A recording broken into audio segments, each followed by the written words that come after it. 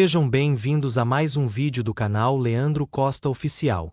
Quero convidar vocês que não são inscritos a se inscrever, ativar as notificações, compartilhar e dar um joinha para fortalecer o canal. Ajude-nos a bater as 4.000 horas e 1.000 inscritos aqui no canal e nos ajude a crescer a nossa família Leandro Costa Oficial.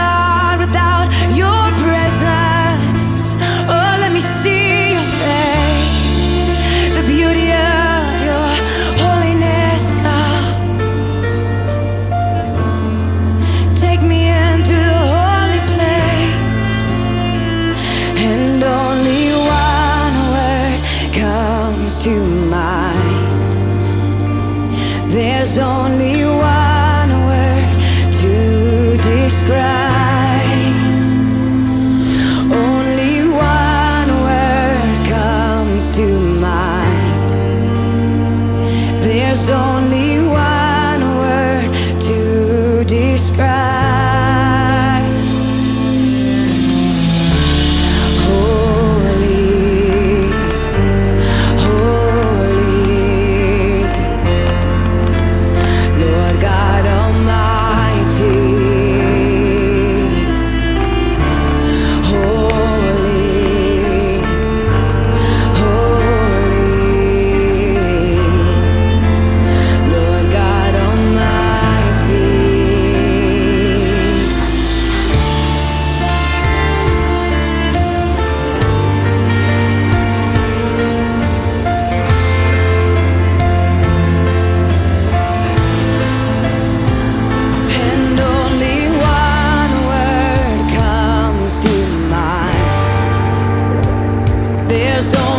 Sejam bem-vindos a mais um vídeo do canal Leandro Costa Oficial. Estamos aqui com a nossa camisa oficial do canal. Estamos nos despedindo do tema Tabernáculo, a qual estamos aderindo agora ao último tema da nossa série de mensagens sobre o tabernáculo, que são as vestes sacerdotais, a quais Deus deu uma instrução específica a Moisés como seria. E a partir de agora estaremos descobrindo como esses vestes sacerdotais se pareciam e como foi a ordem. Vamos fazer uma oração para buscarmos a face de Deus, para que Ele venha falar aos nossos corações. Estamos na última mensagem sobre o tabernáculo. Não queremos ouvir vozes humanas e nem palavras humanas, mas que seja o próprio Eterno falando conosco, Deus de Abraão, Isaac e Jacó.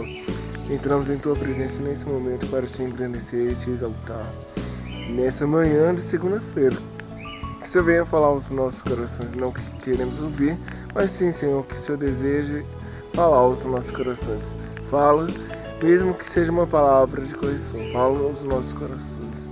Assim como o pai disciplina os seus filhos e corrige a quem ama, nos corrige, Senhor, e arranca tudo aquilo de nós que desagrada ao Senhor.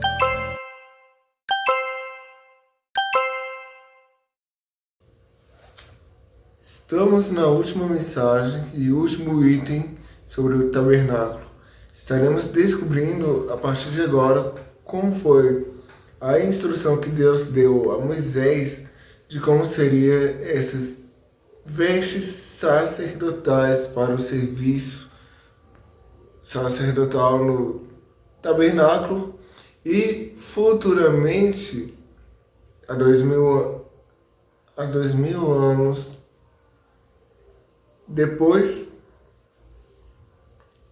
no templo a qual Salomão vai construir, os sacerdotes vão continuar esse trabalho dentro do templo. Hoje, na nossa atualidade, eles já começaram a treinar alguns anos atrás uma pessoa que foi comprovado dentro do campo médico, ou seja, dentro da medicina, que suas origens é da família de Levi. Levi, a qual é a tribo responsável que Deus falou que eles iam ser separados para o sacerdócio, para o serviço no tabernáculo e templo. Essa pessoa foi confrontada geneticamente dentro do DNA e realmente foi constatado que ele é descendente de Arão. Ele foi instruído, ele estudou dentro da Torá, dentro de todos os rituais que eles, alguns anos desde o tabernáculo, eles faziam, ele estudou, se especificou, se aprofundou para assumir inteiramente esse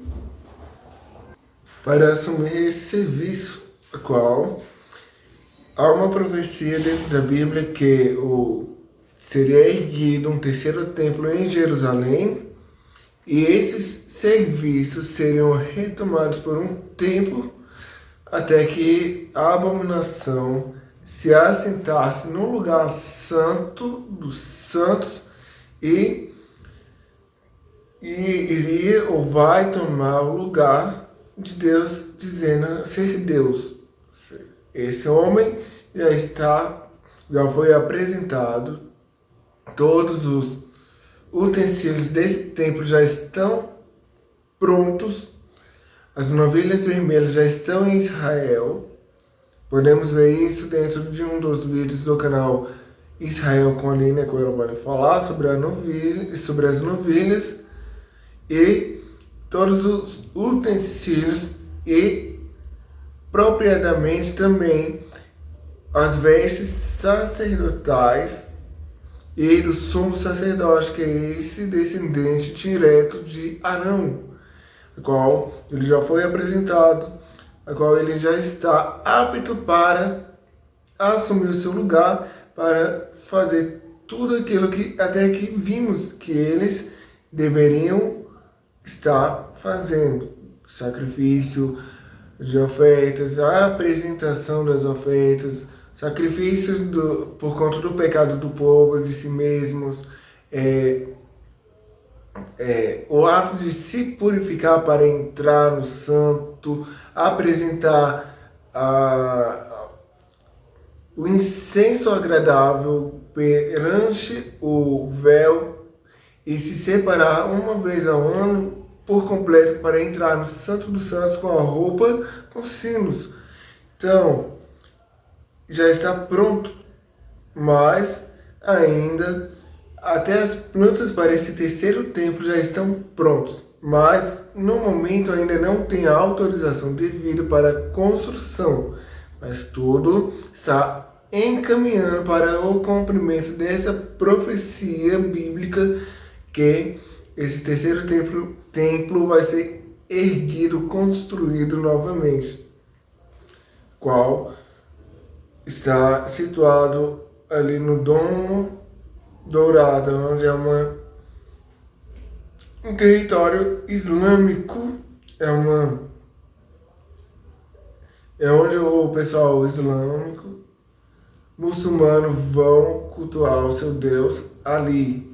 É uma mesquita, na verdade. Ali, nos tempos bíblicos, ficava o Templo de Salomão, e que foi destruído. O patriarca Abraão, ele apresentou em sacrifício, em atendimento ao que Deus falou: Abraão, vai até um lugar que eu vou te mostrar e você lá vai sacrificar o seu filho a mim. Ali é o Monte Moriá, onde o patriarca Abraão vai levantar o cutelo para sacrificar Isaac por volta de 25 anos, e o anjo vai falar: Abraão, não faças nada com o rapaz. Agora eu vejo que tu temes a Deus, porque não negaste aquilo que tu mais ama. Quando ele olha para o lado, está o cordeiro. Então, ali é o local exato onde Abraão foi sacrificar o seu filho e o Templo de Salomão foi construído. Quero te convidar a estar abrindo em Êxodo, capítulo 28, versículos 4 a 6. Estes, pois são vestidos que farão um peitoral, e um éfode, e um manto, e uma túnica bordada, e uma mitra, e um cinto farão, pois, vestidos santos a Arão e a teu irmão e a seus filhos, para me administrarem o ofício sacerdotal. E tomaram o ouro, e o azul, e a púrpura, e o carmesim, e o linho fino. E farão o éfode de ouro, e de azul, e de púrpura, e de carmesim, e de linho fino torcido de obra esmeralda. Nosso tema, introdução, é as vestes sacerdotais.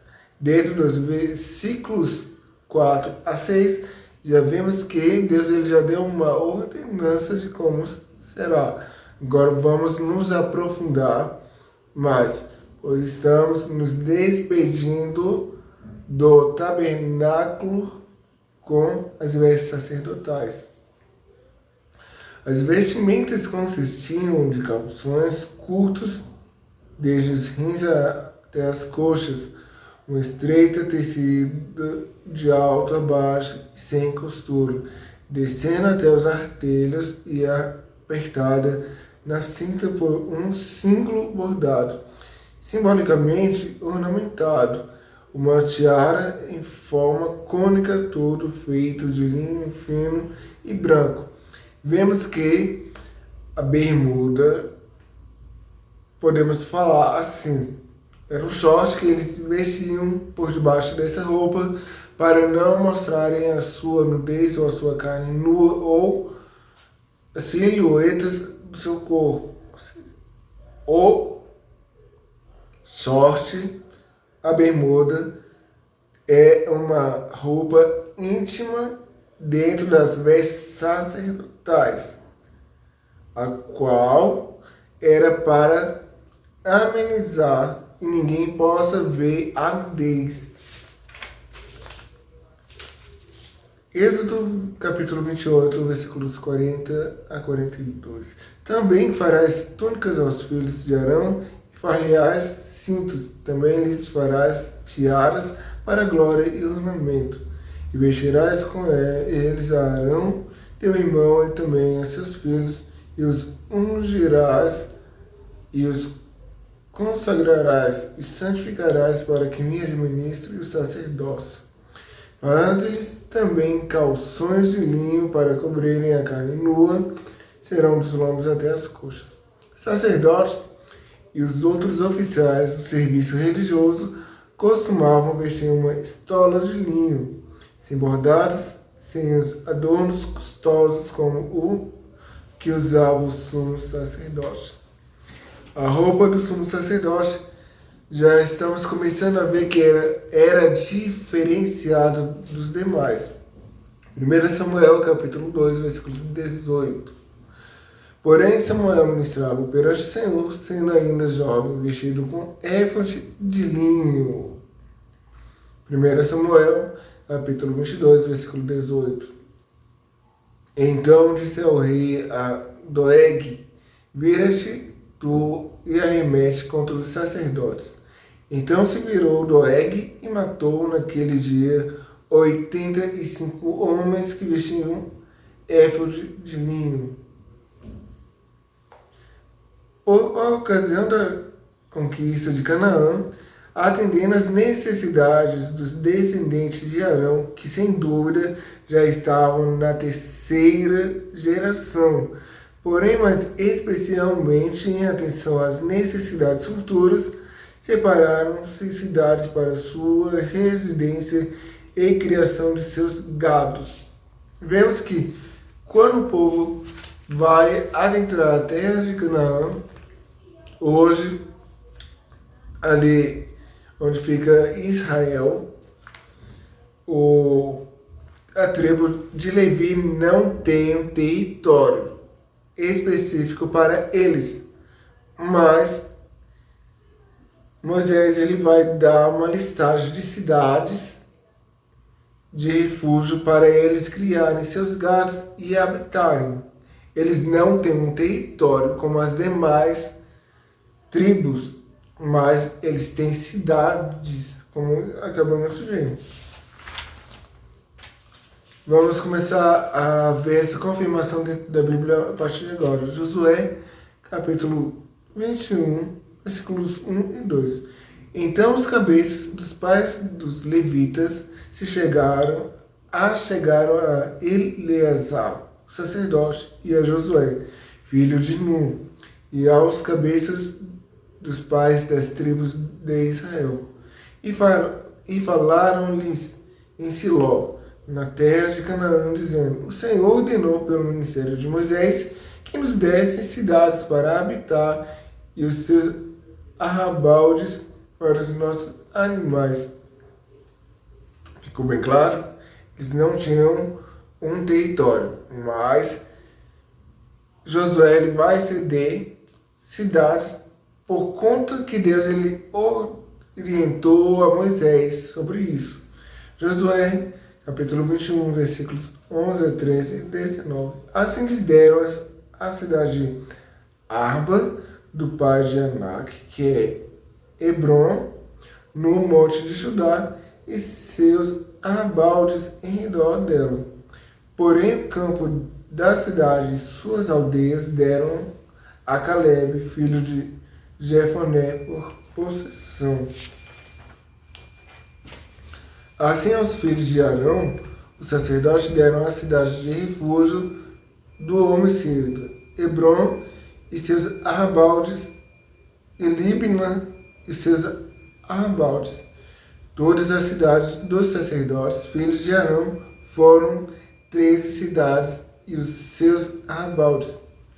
Eles não tinham territórios, mas eles foram concedidos 13 cidades, como a Bíblia mesmo fala, 13 cidades para eles.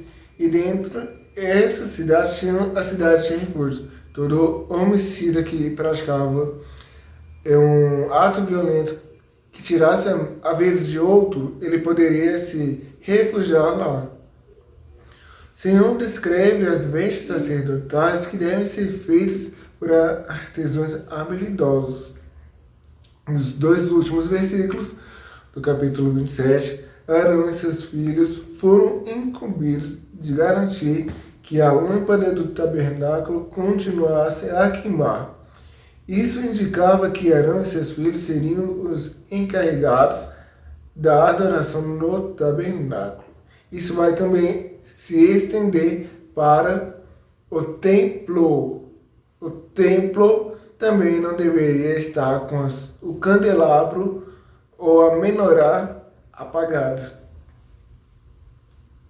Sendo assim, o Senhor orientou a Moisés a trazer para perto de si Arão, seu irmão e seus filhos com ele, dentre os filhos de Israel. Tanto Arão quanto seus filhos deveriam ser separados do resto dos israelitas para se dedicarem completamente a ministrar como sacerdote ao Senhor. Especialmente Arão, Nadab e Abiú, Eleazar e Itamar, filhos de Arão. Temos dois dos filhos, a qual já vimos o que eles cometeram e vamos rever novamente quais são Nadab e Abiú. Vou bem frisar as pessoas que Deus ele falou, especificamente Arão, Nadab e Abiú, Eleazar e Itamar. 4 filhos de Arão. Filhos de Arão foram separados para o seu serviço. Mais tarde, 2 dos filhos de Arão foram mortos por causa da desobediência ao seu chamado. Nadab e Abiú, eles foram oferecer um fogo estranho para acender a menorá. E por conta disso, Deus fulminou, os matou. Por conta disso, quem vem assumir esse serviço? Eleazar. Levíticos, capítulo 10, versículos 1 e 2. E os filhos de Arão, Nadab e Abiú, tomaram cada um o seu incensário, e puseram neles fogo, e puseram incenso sobre ele, e trouxeram fogo estranho perante a face do Senhor, o que eles não ordenaram. Então saiu o fogo de diante do Senhor, e os consumiu, e morreram perante o Senhor. Olha só, o quão é perigoso trazermos algo que não é autorizado por Deus perante a face dele. Não vamos morrer fisicamente, propriamente dito, mas espiritualmente seremos mortos. Toda vez que algo acontece no mundo espiritual, por sua vez vai acontecer no físico. Nadab e Abiú pegaram fogo estranho, tentaram colocar no candelabro ou na menorá e Deus os matou. Santidade, fogo estranho perante Deus, morte certa. Foi o que aconteceu com eles. O pecado de Nadab e Abiú, ao oferecerem fogo estranho a Yahweh, não é definido no texto, mas é muito provável que eles tivessem realizado alguma cerimônia proibida. Provavelmente, como já falamos, eles poderiam estar embriagados. Alguns sugeriram que estes sacerdotes recém-consagrados estavam por iniciar a mais honrosa porção do seu dever, e assim ofereceram incenso quando isso não lhes foi solicitado.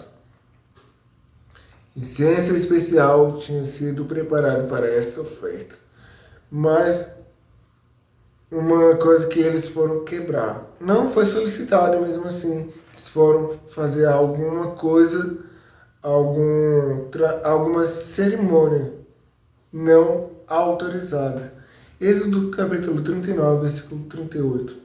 Também o altar de ouro, o azeite da unção e o incenso aromático e a coberta da porta da tenda.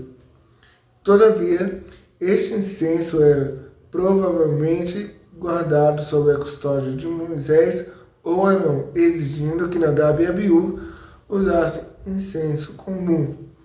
Consequentemente, eles foram culpados de oferecer incenso estranho. Venho fazer uma afirmação que traremos esse conteúdo de como foi a ordenança perante a Bíblia e vamos confeccionar juntamente com vocês o óleo da Santa Unção.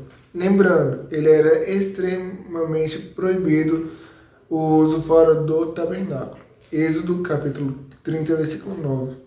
Não oferecerei sobre ele incenso estranho, nem holocausto, nem oferta, nem tampouco derramarei sobre ele libações. Eles também podiam estar embriagados. Levíticos, capítulo 10, versículo 9. Vinho ou bebida forte, tu e teus filhos contigo não bebereis quando entrardes na tenda da congregação, para que não morrais. Estatuto perpétuo será isso entre as vossas gerações. Um delito gravíssimo que seria punido com morte. Entrar de qualquer maneira embriagado perante ao Senhor. Qualquer que possa ter sido a sua acusação pecaminosa, a punição foi rápida e completa. Outro fogo veio de Deus e os consumiu. Fogo estranho fora do lugar devido, eles vieram trazer e automaticamente Deus ele já respondeu com sua resposta imediata de julgamento, e o fogo sai da menorá e os consome. Que o texto fala que o fogo saiu perante o Senhor. Há um exemplo similar nas páginas do Novo Testamento, quando Ananias e Safira morreram imediatamente depois de mentir. E isso teve um efeito sobre todos os que ouviram falar a respeito do fato, fazendo-os refletir com seriedade. Vemos um casal que vai cometer o pecado da mentira, na verdade vai tentar mentir, ludibriar o homem de Deus, sendo que o Espírito Santo ele vai revelar e vai trazer a punição de morte imediatamente. Atos capítulo 5, versículos 9 e 10. Então Pedro disse: por que é que entre vós vos concertastes para tentar o Espírito do Senhor? Eis aí a porta, os que sepultaram o teu marido também te levaram a ti. E logo caiu aos pés e expirou. E entrando os jovens, acharam-na morta e a sepultaram junto de seu marido. Ananias e Safira não somente eram culpados de mentir para o Espírito Santo. Quero corrigir. Ninguém mente para o Espírito Santo. Eles pensavam que iam mentir. O Espírito Santo é Deus em sua totalidade. Ele é onisciente, onipresente e onipotente. Ninguém engana ele. Ele consegue enxergar dentro de nós as nossas intenções do coração e esquadrinhar os nossos pensamentos. Ananias e Safira não somente eram culpados de tentar roubar Deus, mas também de hipocrisia e cobiça. Obviamente, eles estavam preocupados com o que os outros pensariam deles quando fizessem a sua doação. Eles venderam a sua propriedade por, suponhamos, eles têm uma fazenda. E essa fazenda, nos dias atuais, supondo, essa fazenda é 1 milhão o valor. Desse 1 milhão, eles deveriam tirar o quê? 100 mil. E eles vão pegar um valor irrisório, vão combinar entre eles para dar a metade de 100 mil. Vai até Pedro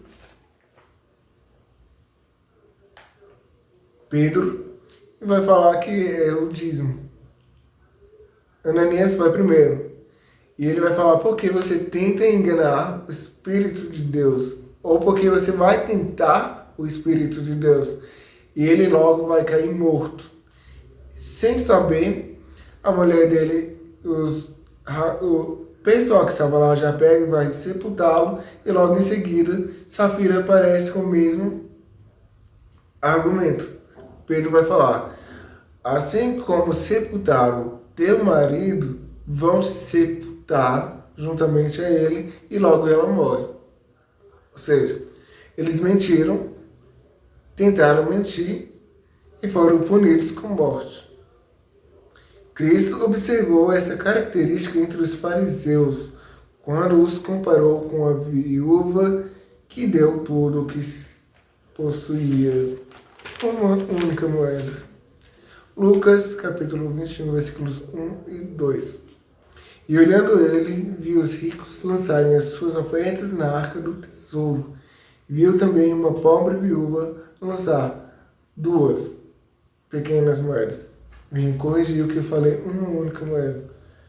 Não se tratava de quantidade, mas da fidelidade. Era tudo que ela tinha e ela vai entregar lá no recipiente apropriado para as ofertas. Todos estavam dando o que estava sobrando. Ela não deu o melhor a Deus.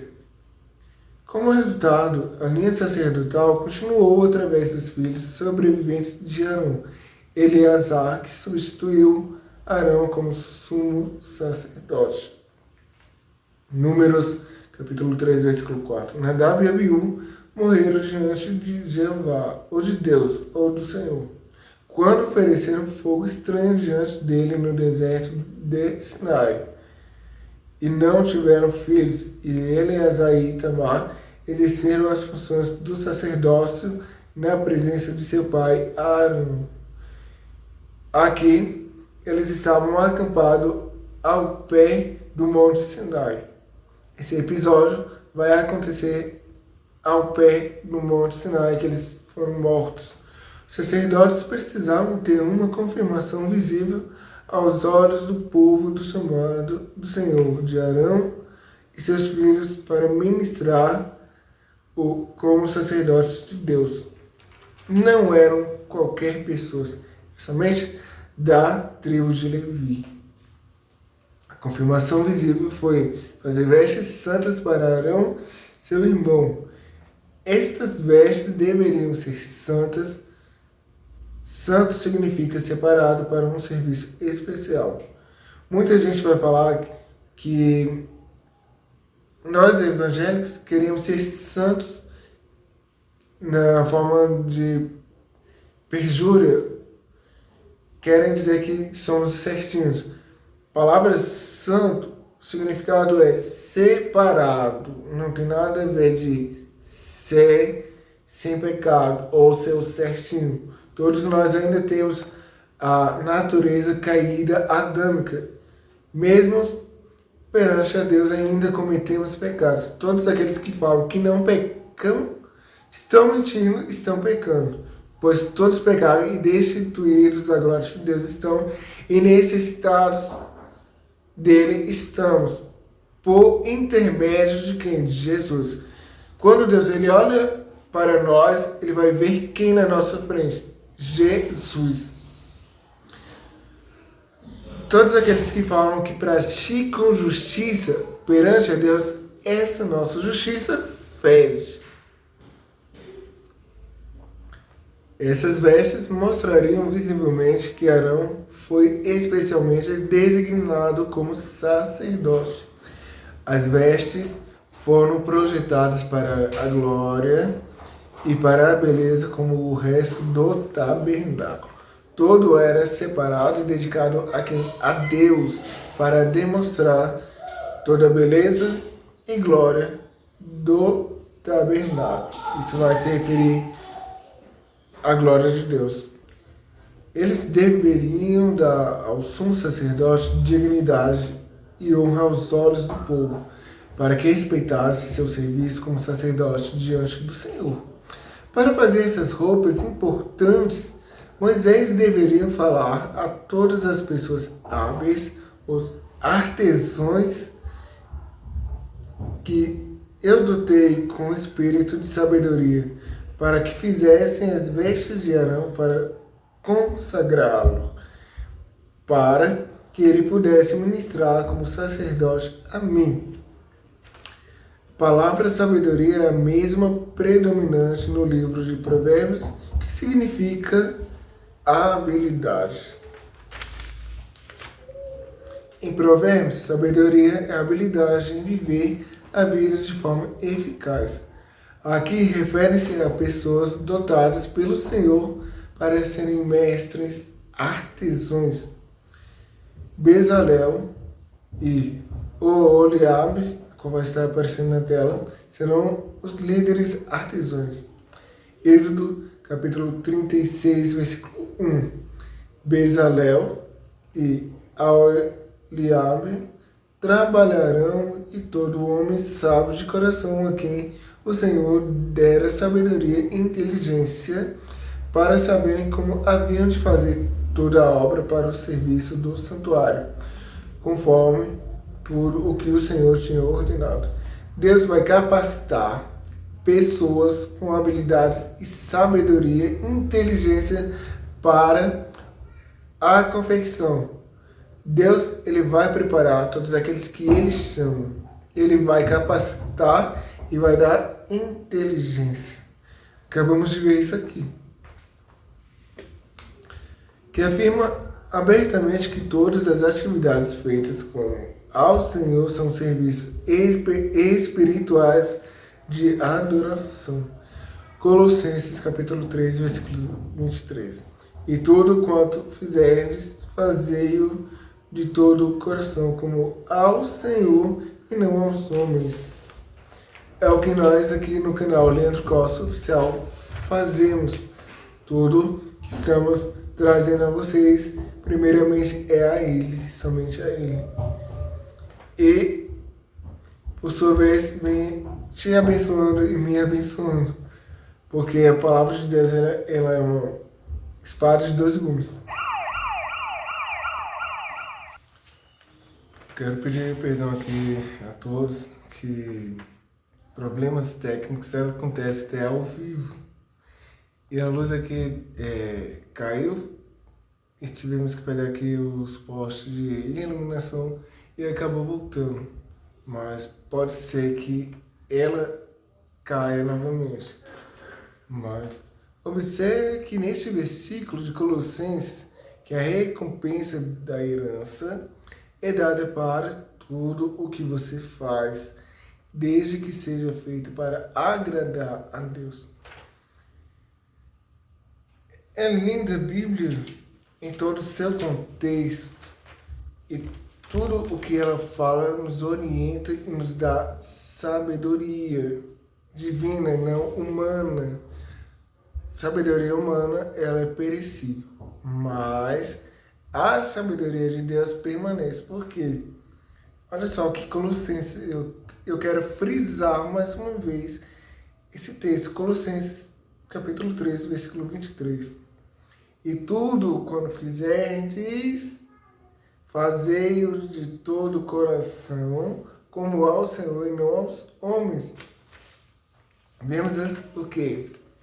Tudo aquilo que a gente tem que fazer, não possamos estar fazendo para agradar aos outros, aos homens, mas que possamos sim fazê-lo para agradar a Deus, somente a Deus, para toda a honra e toda a glória que é devida a Ele, para que não possamos estar querendo algo em troca, mas que possamos fazer algo agradável a Deus de todo o nosso coração, que seja de fato o melhor para Ele, porque Ele merece o melhor de nós. Se os filhos de Israel deram o melhor para a construção do tabernáculo e depois, posteriormente, o melhor para a construção do templo, por que nós não deveríamos estar oferecendo o melhor de nós para Deus? Ele merece o nosso melhor. O versículo afirma que Deus capacitou um espírito de sabedoria nessas pessoas habilidosas, os mestres artesãos. Neste caso, a bênção específica de Deus foi o talento de mãos criativas para construir, moldar e moldar. No capítulo 27, Deus deu o papel de fornecer o óleo claro para o tabernáculo a todo o povo.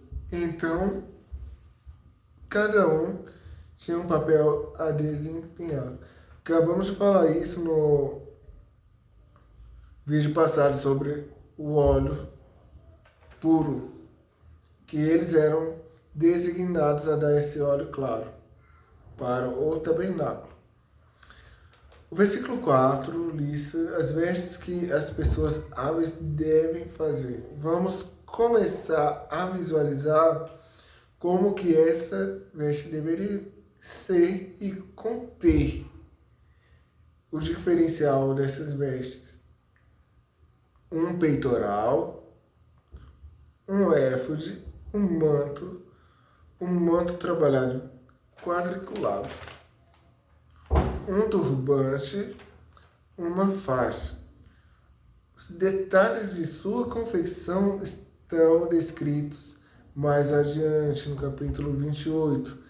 Nesse ponto, o Senhor apenas admoesta que essas pessoas habilidosas farão as vestes santas, diferenciadas, separadas para o ofício sacerdotal no tabernáculo. O Senhor enfatiza a Moisés que as vestes santas são para Arão, seu irmão e seus filhos, para que ele possa ministrar como sacerdote. Ninguém mais estava autorizado de usar essas vestes sacerdotais. As vestes sacerdotais eram para o serviço e para as cerimônias claramente específicas e determinadas por Deus. Logo no início eu falei que teve um homem preparado para assumir como sumo sacerdote. Ele já é o sumo sacerdote.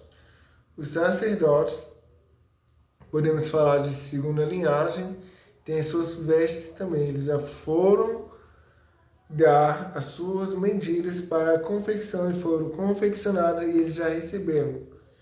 Qual a ordem do... não é rabínico, mas no local onde foi confeccionado. Vocês não podem usar essas vestes em qualquer lugar. Vocês só vão usar no templo, no ofício sacerdotal dentro do templo. Nos sacrifícios vocês têm que usar. Fora disso, não podem usar. Ou seja, uma determinação desde o tabernáculo até o templo e o futuro templo vão seguir a risca. São vestes separadas e consagradas ao ofício sacerdotal. Apesar que Cristo ele já veio, morreu, ele ressuscitou e o véu se rasgou do alto a baixo, ao meio não é necessário. Mas é necessário que essa profecia do terceiro templo seja reconstruído no lugar onde eram os outros, o segundo templo, para a profecia se cumprir, para que o homem do pecado, a abominação, se assente. Eles vão assumir esse trabalho sacerdotal depois de 2000 anos interrompidos por um pouco tempo, até que esse homem do pecado venha se assentar no lugar santo, se dizendo e assumindo o lugar de Deus. Esse homem do pecado, a qual a Bíblia fala, vai ser o anticristo. Espero que Deus ele tenha falado com cada um de nós, com cada um de vocês, que possamos ter aprendido mais sobre o tabernáculo e a sua função, e tudo aquilo que vimos vai ser expandido para o templo. É apenas uma preparação para o templo. Hoje em dia, na nossa atualidade, quando Cristo ele vai falar, eu tenho o poder de derrubar o templo e construir em 3 dias os fariseus e escribas, saduceus, toda essa seita, achavam que Cristo, eles estavam falando do templo físico, mas ele estava se referindo ao corpo, qual ele foi enterrado na sexta-feira e ressuscitou ao domingo, totalizando o quê? 3 dias. Estava se referindo. Eu vou derrubar o templo, que é o corpo, e o reedificar em 3 dias. Ele vai estar falando, eu vou destruir o corpo e vou reconstruir novamente. Templo é o nosso corpo. Templo de quem? Do Espírito Santo. Ele que tem que habitar em nós. Mas ele não habita em lugar sujo, pecaminoso. Devemos estar limpos interiormente. O que vai nos limpar? A palavra de Deus. E fiquem todos na paz do Senhor Jesus. Eu te convido para o próximo vídeo e a próxima mensagem.